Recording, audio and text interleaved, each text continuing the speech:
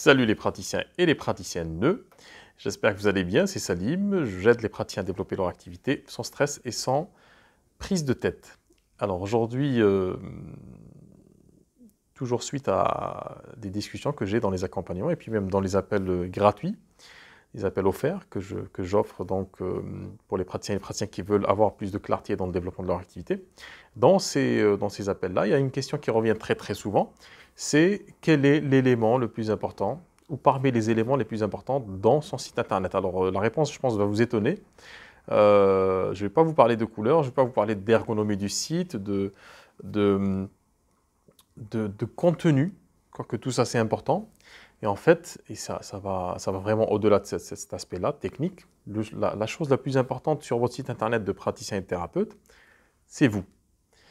Alors je m'explique, très souvent on se dit, je dois faire du contenu, je dois avoir un beau site, je dois mettre des citations de partout, des images de lotus, des images de machin, donc on essaie un petit peu d'aller un petit peu butiner, d'aller voir ce qui se passe à côté. Chez les autres praticiens, chez les autres praticiennes, chez la concurrence, donc. Et puis on se dit, voilà, on jette son dévolu sur un site internet qui nous plaît, qui nous ressemble, quelque part. Et on n'a pas ce réflexe de se dire, est-ce que ce site internet doit me plaire à moi, ou est-ce qu'il doit, entre guillemets, plaire aux personnes auxquelles je m'adresse. C'est une question qui est très importante, parce que souvent on n'y pense pas. Souvent on fait des choix par rapport à nos choix personnels, et alors qu'en vrai il faut faire des choix par rapport à l'audience que vous ciblez, à l'audience à laquelle vous vous adressez. Et donc posez-vous cette question-là. Est-ce que dans mon site internet, est-ce que je suis assez présente? Est-ce que je suis assez présent? Est-ce qu'on me voit? Alors je ne parle pas que de l'image, c'est pas que de ça dont je parle. On peut mettre des photos de soi sur son site internet. Moi je pense que c'est quelque chose qu'il faut faire, c'est très important que les gens nous voient déjà.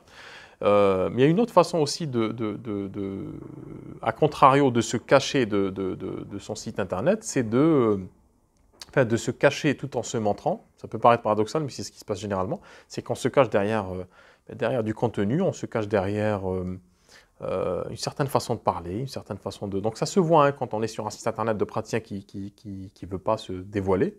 Ça se ressent. Ça se ressent dans le langage,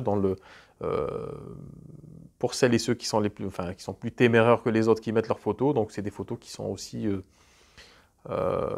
c'est quasiment la seule chose qu'on voit de ces personnes-là. Donc c'est important de comprendre qu'un site internet de praticien doit correspondre à certaines exigences. Les gens ont besoin de vous voir, mais de vous voir vraiment. Donc tout ce que vous faites sur votre site internet doit laisser transparaître un petit peu de vous. Et c'est ce que je dis très souvent aux praticiens, c'est ce qui revient très souvent aussi dans les audits qu'on fait sur le site de praticiens et de thérapeutes, c'est que le praticien est absent de son site. Et du coup, il remplit son site internet avec des informations qui sont importantes. Je ne dis pas qu'elles ne sont pas importantes, qui sont importantes, mais il se cache quand même derrière. Par exemple, s'il fait de l'hypnose, s'il est hypnothérapeute, il va se cacher derrière l'hypnose. Il va être dans le descriptif, il va décrire ce que c'est que l'hypnose, les techniques, etc. Donc, tous les cas qu'il peut traiter, qu'il peut accompagner, etc. etc. Ce n'est pas quelque chose qui est très attirant. Quand on veut s'adresser à une audience qui a des troubles, qui a des problèmes, qui a des soucis dans la vie, on se doit d'être, dans les praticiens, hein, on se doit d'être accessible, d'être direct dans ses propos, d'être bienveillant.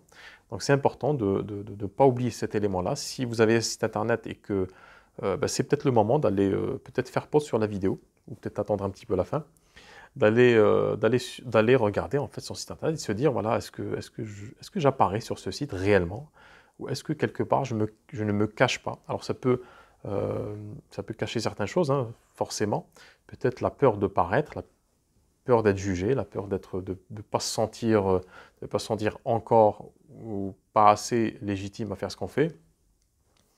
Ces questions-là, je les aborde régulièrement dans mes publications. On en parlera dans d'autres vidéos, certainement.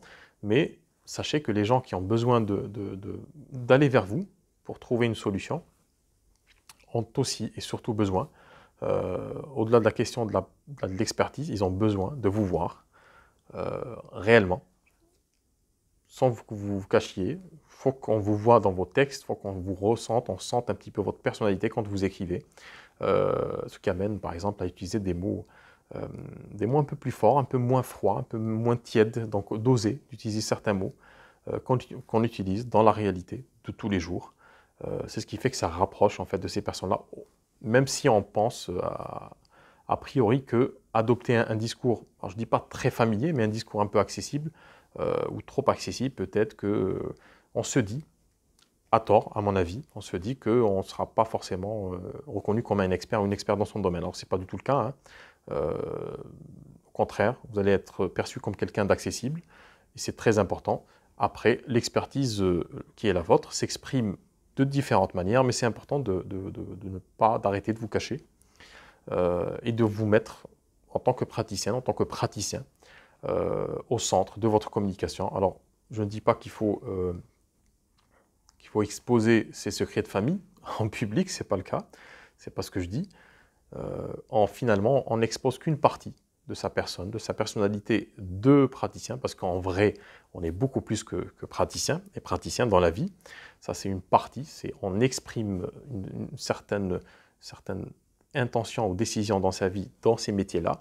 On est beaucoup plus que ça, et heureusement d'ailleurs.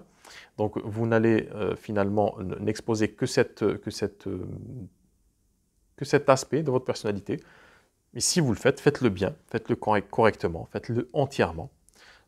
Et n'ayez pas peur de dévoiler qui vous êtes, et quitte à parler, même dans une section, par exemple, de votre site, en section « Qui suis-je » par exemple, de vous présenter, de parler de votre parcours un peu plus personnellement, que les gens comprennent qu'ils ont une vraie personne en face d'eux et pas un robot ou un médecin. Alors, je ne jette pas l'opprobre sur les médecins, mais les médecins n'ont pas nécessairement besoin de développer leur activité. Il suffit de mettre une plaque à l'entrée et puis voilà, l'État s'occupe de leur légitimité. Alors, quand on est praticien en bien-être, on est censé construire sa légitimité à partir de zéro. Donc, pour construire votre légitimité, c'est important, si vous avez un site internet, de mettre plus de vous dans ce site internet.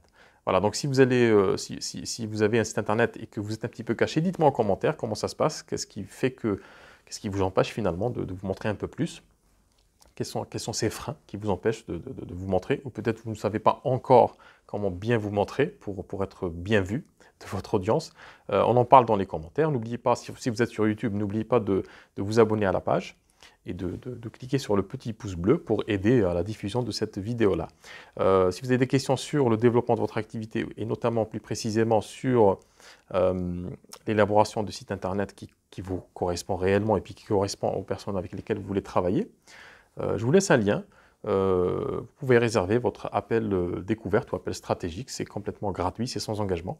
Ça me permet de savoir si je peux vous aider déjà à y voir plus clair. Donc je vous dis merci, puis n'oubliez pas de vous abonner. Au revoir.